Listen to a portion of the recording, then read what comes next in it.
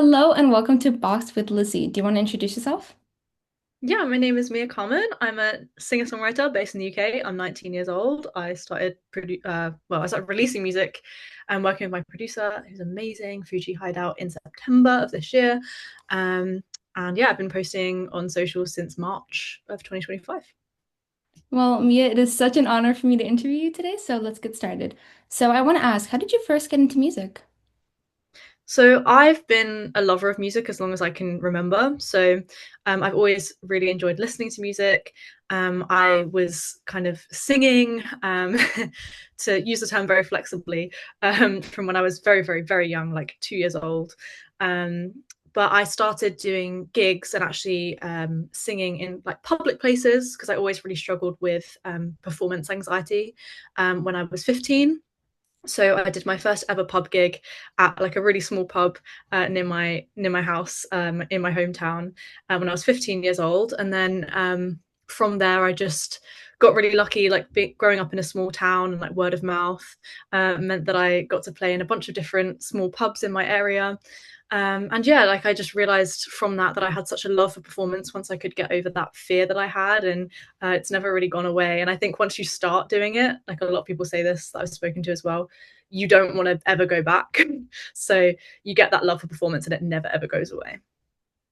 That's beautiful. That's lovely to hear. So, what do you like the most about playing music? Is it connecting with your fans, being able to express like how you feel in words, or is it just like the love for the stage? To be fair, I think it's all of those things. I think obviously things like connecting with an audience and connecting with fans is something that comes with a lot of time and experience. So you start out with nobody. It's like your family there and you don't know anybody else, and so that's something that definitely develops over time. But for me, like I said, I always actually really struggle with performance anxiety. I'm quite a naturally introverted and anxious person, and ironically, one of the things that takes that away from me a little bit is actually being up and performing. I think it allows me to kind of take on a bit of a persona. It's not to say that it's not me, because I try and be as genuine and authentic as a person as I can be. I don't like to feel like I'm coming across as someone I'm not, but I think it gives me a confidence that not a lot of other things give me. So it takes away a lot of my fears and anxieties in a strange roundabout way. And it's very therapeutic for me to be able to perform and to sing. It's just always been such a stress relieving thing for me. Of course, of course. I'm sure you have like a lot of role models. Do you have any role models that you would like to talk about today? Oh gosh, I have so many role models. I've listened to music, like I said, my whole life. I've grown up with so much music around me, and I've been so fortunate because of that. Like my dad was always a massive fan of music, so growing up in the car, music was always playing, and so it's just been so like ingrained in me to idolize musicians. And so I've been really, really inspired by, especially in the last year, Sabrina Carpenter. She's been a really big inspiration for me.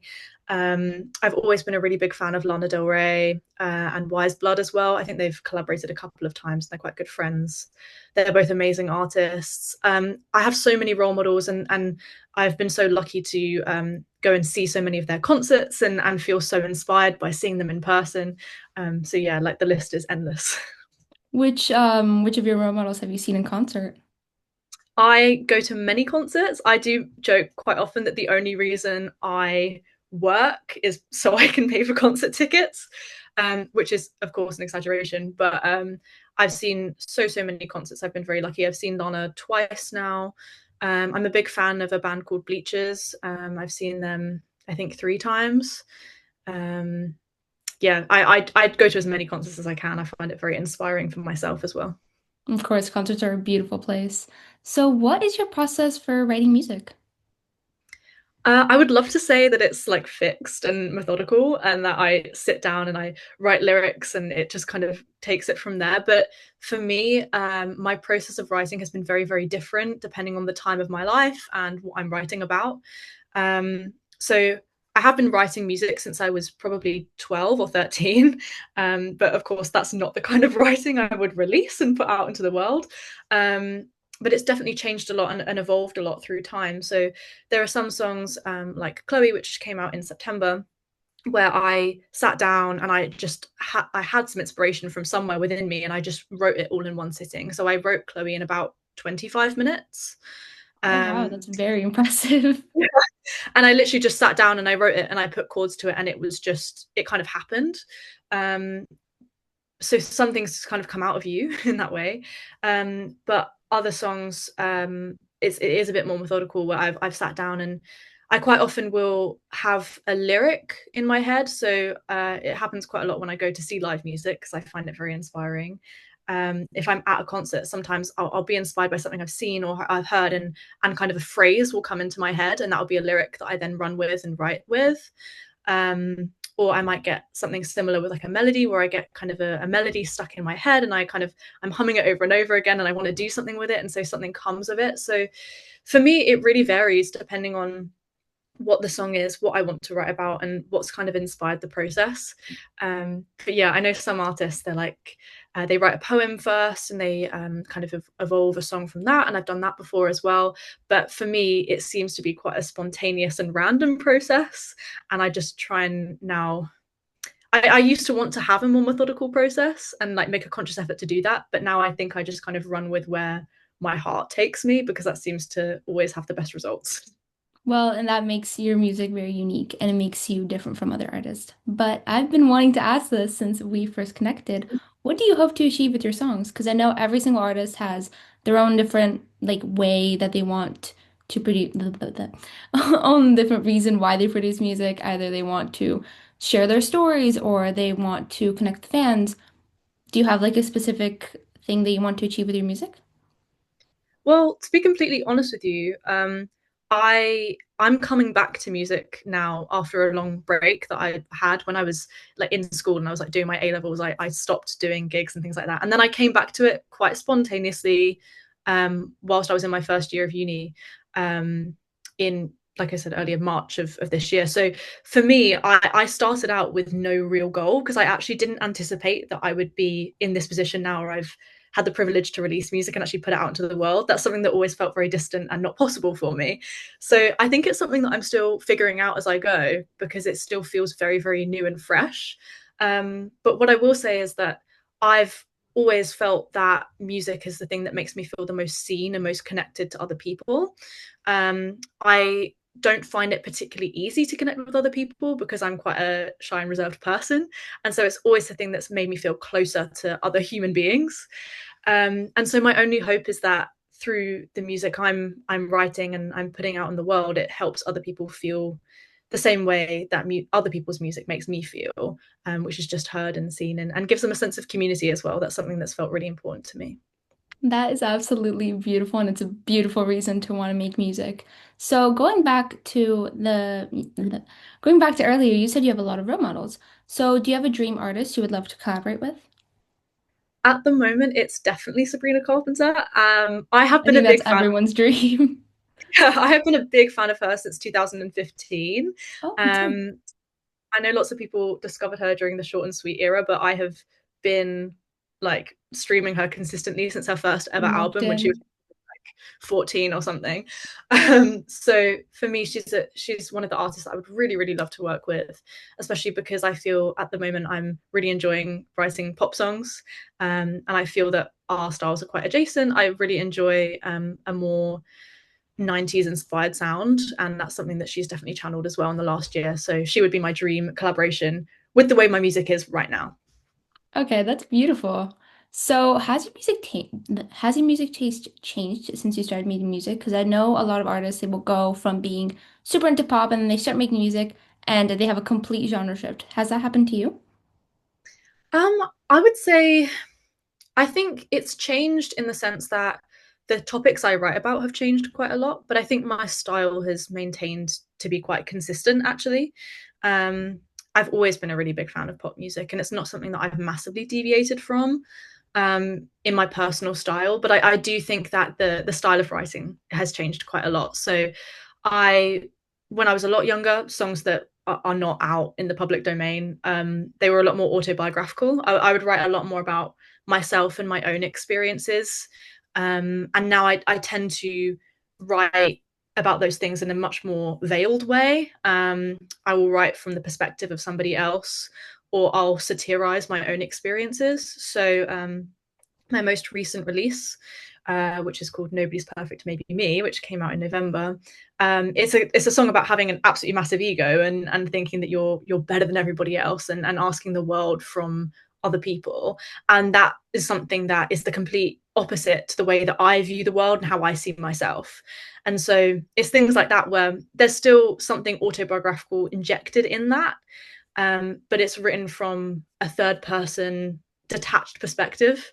And I think to me, that's helped me feel like my writing is less cringy as well, because it's a very vulnerable thing to write music and to put it out into the world. And I think it feels a lot more awkward when it's something that's so personal. Um, it almost doesn't feel like it will be palatable to other people. So I think it's my writing style that's primarily changed. And I'm yet to have a massive genre shift, but who knows? It could happen. Can you tell us more about that song that you released in November? Like about the writing process, how it was producing it, how it was just creating that song and having two songs now out to the public. Like, how does that feel?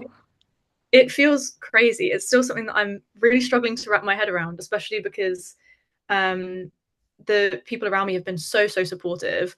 I have this privilege of having quite a small following, but having a really dedicated and very intense fan base of people.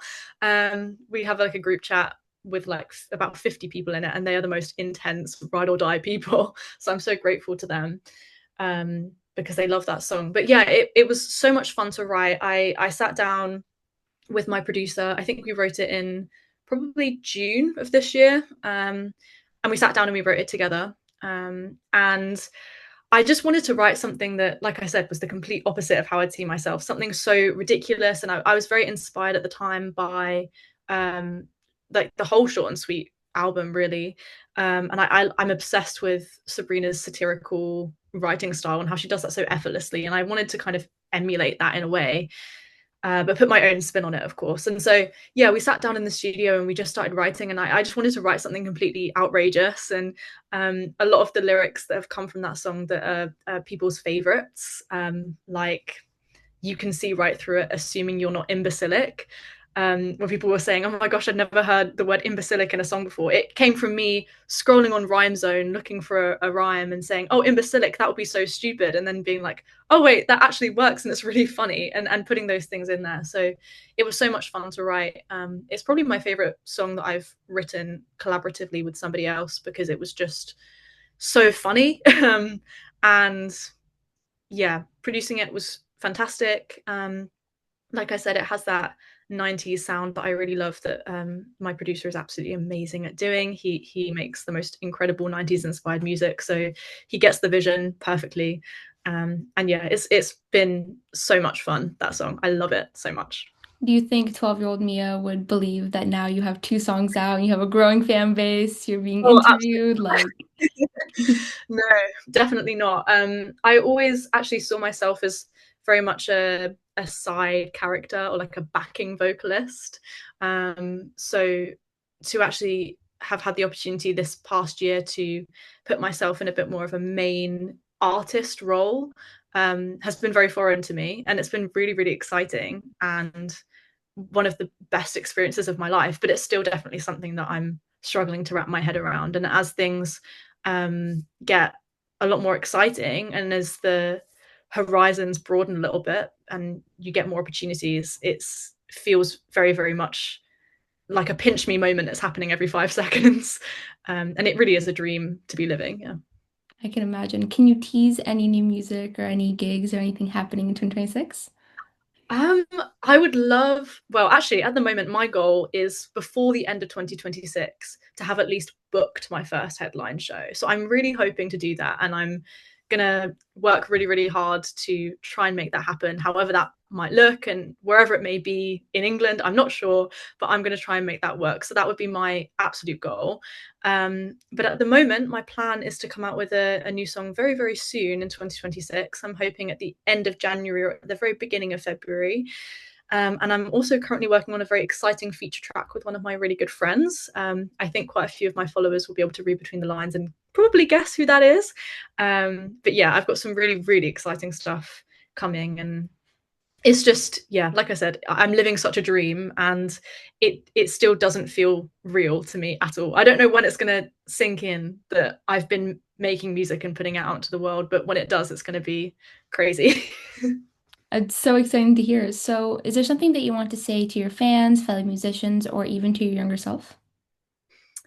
Um, to my fans, I just want to say that I love you all so much because they are, like I said, the most ride or die intense people. I remember I posted a teaser for Nobody's Perfect before it came out, and I didn't have the final audio yet. So I posted something like a 5 second clip on my story, and it was muted.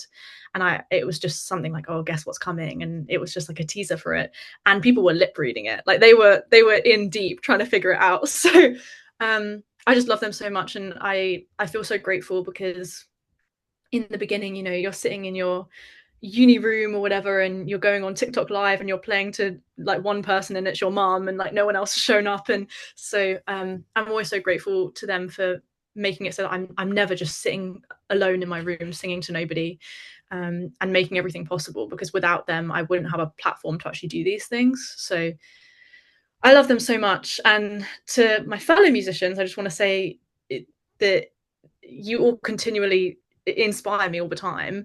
And I've been so lucky to, over the months, meet so many amazing people online. Some people who I've worked with, some people who are just really great friends of mine. And they're all just the most inspiring, hardworking people in the world. I don't think people necessarily realize how difficult it might be to actually be a musician in 2025. Starting from the ground up, if you've got no connections, you haven't got the nepo baby kind of privileges, you are doing everything on your own. You are the marketing team, you are the social media team, you might even be the production. You're doing every single component of it yourself, and it's something that's really not easy to do. And these are people that are doing this alongside one or two jobs, or being a student, or whatever it is that they're doing. So it's not their full-time thing, but they're somehow making it work. And I find that incredibly inspiring. And I'm just so grateful that I'm sharing this space with so many incredible people who are going to pave the next however many years of music. I think it's really exciting. Do you have anything you want to say to your younger self? To my younger self, wow, we didn't see this coming, is what I would say.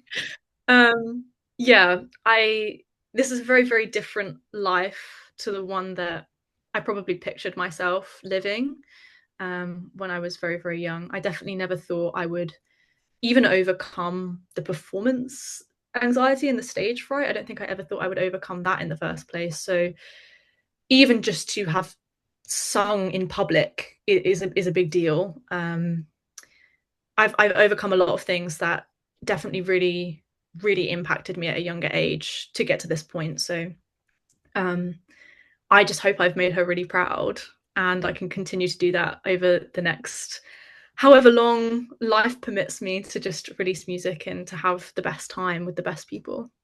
That is so sweet and touching. So we have time for one final question, which isn't actually music related, but I thought it would still be fun to ask. So if Yeah. you weren't a musician, what do you think you would be doing? Well, so at the moment, I'm actually studying psychology at university, which surprises people because why are you not doing music? I know it's a curveball, but I'm in this very privileged position where music is not my only passion, and although it's something that's so important to me, I'm also very, very much invested in mental health. And so, if I wasn't a musician, I would be continuing to pursue this pipeline of working in mental health, and working in probably a crisis support role or a counselor role or something similar to support people who feel unseen, because I think it's a really big problem, especially in England. It's very much overlooked and underfunded. And I know what it's like to feel unseen and feel really, really alone, and like you don't know how to kind of keep going with life. So that's something that is incredibly important to me, and is absolutely what I would be doing if I completely abandoned ship with music. Well, Mia, thank you so much for letting me interview you. It was so amazing to be able to share the space and to ask you all these questions. Um, yeah, I'll be linking everything related to you down below, and I hope everyone enjoyed. Thank you so much.